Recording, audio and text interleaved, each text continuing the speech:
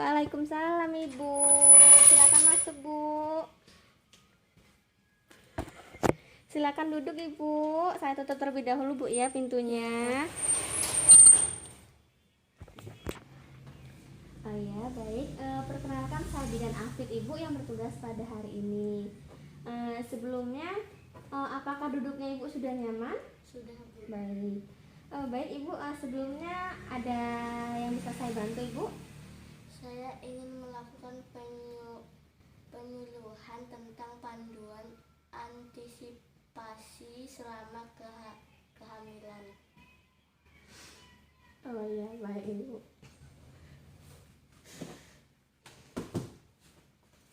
Baik, sebelumnya apakah Ibu sudah mengerti apa sih antisipasi dalam kehamilan itu? Belum. Oh, belum. Baik Ibu. Baik, sebelumnya saya data terlebih dahulu Ibu ya. Baik Ibu, dengan Ibu siapa? Aisyah. Ibu Aisyah. Nama suaminya Ibu? Azam. Bapak Azam ya. Kemudian umurnya Ibu berapa? 27 tahun. 27 tahun ya Bu. Umur suaminya Ibu? 34. Beragama apa Ibu ya? Islam. Islam. Suami juga Bu ya? Iya. Baik. Pendidikannya Ibu? SMA. SMA. Suami juga Bu? Iya. Baik. Kemudian pekerjaannya Ibu? Baik Ibu. Selanjutnya pekerjaannya apa Ibu? Tidak bekerja. Tidak bekerja di rumah Bu ya? Iya. Kemudian suaminya Ibu? Swasta. Swasta. Kemudian alamatnya di mana Ibu? Pandan Jaya. Pandan Jaya. Sama Bu ya? Iya. Baik Ibu, sudah selesai melakukan pendataan.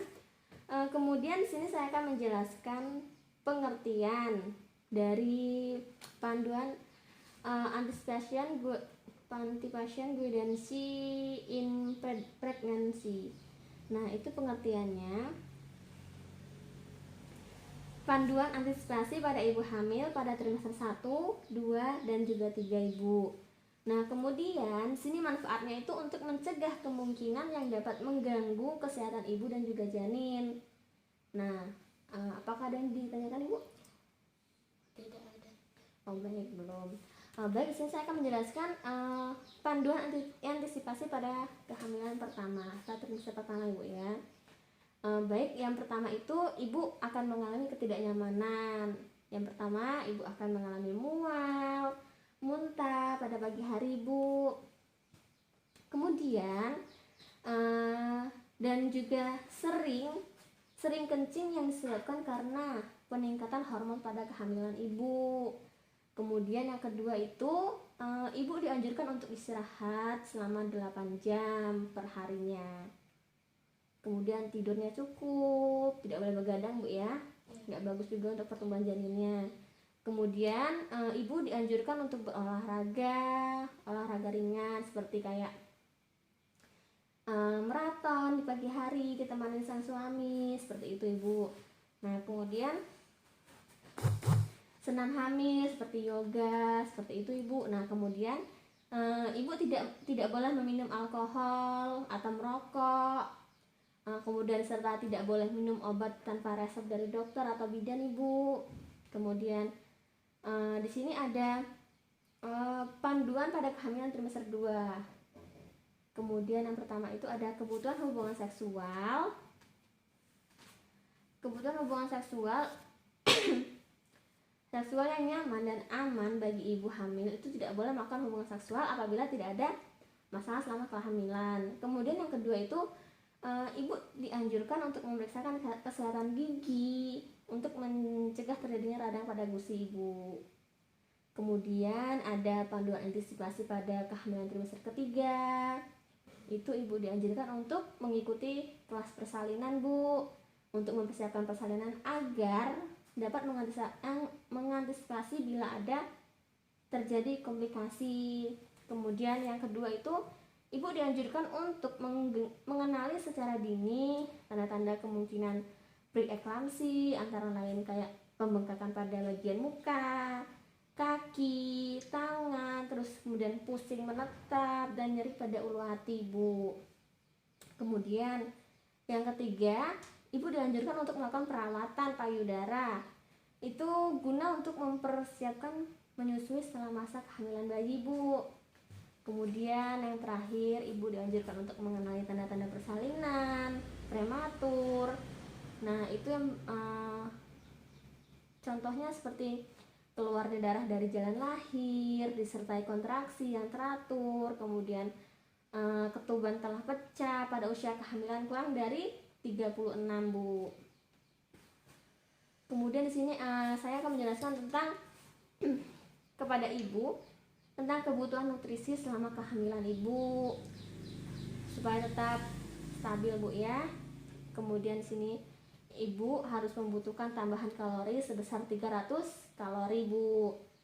Itu ibu bisa didapatkan pada sumber makanan yang mengandung karbohidrat, kemudian protein, lemak dengan gizi yang seimbang, Bu. Kemudian ibu juga memerlukan suplementasi zat besi sebanyak 30 sampai 60 mg per harinya, Bu. Kemudian ada asam folat itu 0,4 mg, kemudian ada kalsium, vitamin C, ibu harus banyak minum vitamin, Bu ya.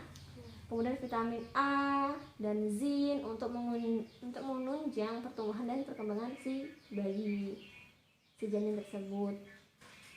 Kemudian saya akan menjelaskan kepada ibu tentang penilaian kesejahteraan ibu dan bayi. Kemudian di sini kesejahteraan ibu itu dapat dinilai melalui pemeriksaan ANC yang teratur, deteksi dini komplikasi kehamilan melalui pemeriksaan laboratorium darah dan juga urin. Jadi ibu harus teratur, Bu ya, periksakan kehamilannya. Kemudian kesejahteraan janin itu dapat ibu nilai sendiri dengan menghitung pergerakan janin setiap harinya. Kemudian kita melakukan USG pada saat kunjungan ulang ke dokter, kemudian kandungan untuk menilai denyut jantung janin, seperti itu, Ibu. Kemudian di sini saya akan menjelaskan kepada ibu tentang pencegahan penyakit selama kehamilan. Nah, ibu itu dianjurkan untuk melakukan imunisasi tetanus toksit. Nah, itu pemberian obat anti malaria pada daerah epidemis, pemberian obat oral pada ibu dengan risiko tinggi HIV, kemudian antibiotik itu diberikan pada ibu hamil dengan infeksi saluran kemih berulang. Nah, tindakan itu untuk mencegah yang memerlukan obat-obatan harus atau indikasi dan resep dari dokternya, Ibu. Kemudian sini saya akan menjelaskan kepada ibu kuantitas dan kualitas pemeriksaan kehamilan. Nah, di sini ibu dianjurkan untuk melakukan pemeriksaan kehamilan minimal 6 kali dengan dokter dan bidan. Kemudian ibu harus memiliki buku KIA yang harus dibawa setiap kali kontrol. Jadi ibu setiap kontrol ke dokter bidan itu ibu harus wajib membawa buku KIA tersebut, Ibu. Kemudian serta melaksanakan anjuran dari tenaga kesehatan berkat kesehatan ibu dan janin. Ibu harus bikin kalender gitu, Bu. Saya harus periksa seminggu berapa kali, kemudian sebulan berapa kali, itu harus teratur, Ibu, supaya janin dan juga ibunya itu tetap sehat, tetap stabil, Bu. Nah, baik, penjelasan saya sudah selesai. Apakah ibu kurang paham atau ada yang ingin ditanyakan, Ibu? Tidak ada.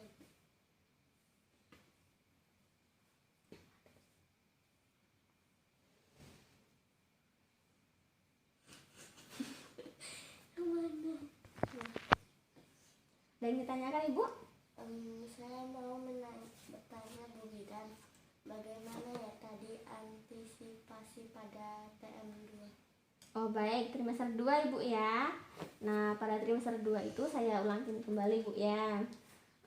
Ibu harus yang pertama itu kebutuhan hubungan seksual itu yang nyaman dan aman bagi ibu hamil itu tidak boleh melakukan hubungan seksual apabila tidak ada masalah selama kehamilannya. Kemudian yang kedua dianjurkan untuk memeriksa kesehatan gigi ibu. itu untuk mencegah terjadinya radang pada gusi agar pada daerah mulut itu sehat, Bu. Seperti itu. Ada yang ditanyakan lagi, Bu? Tidak, Bu. Tidak. Baik, Ibu. Baik, saya cukupkan di sini, Bu ya. Kalau emang tidak ada yang ditanyakan lagi atau Ibu mau konsul lagi kepada saya, tidak apa-apa. Nanti saya kasih nomor WhatsApp saya.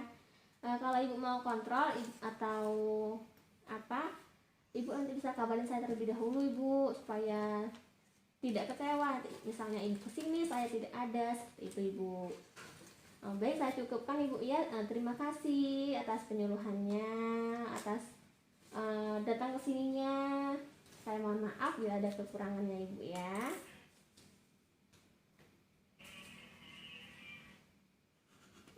Presentasikan hasil tindakan dengan menggunakan metode SOAP. Bu Bidan, terima kasih kembali. Saya pamit pulang dulu. Ya, baik Ibu, terima kasih, Bu ya. Ayo mari saya antar pulang, Ibu. Mari Bu Bidan. Mohon maaf, mari saya antar, Bu. Hati-hati, Bu ya.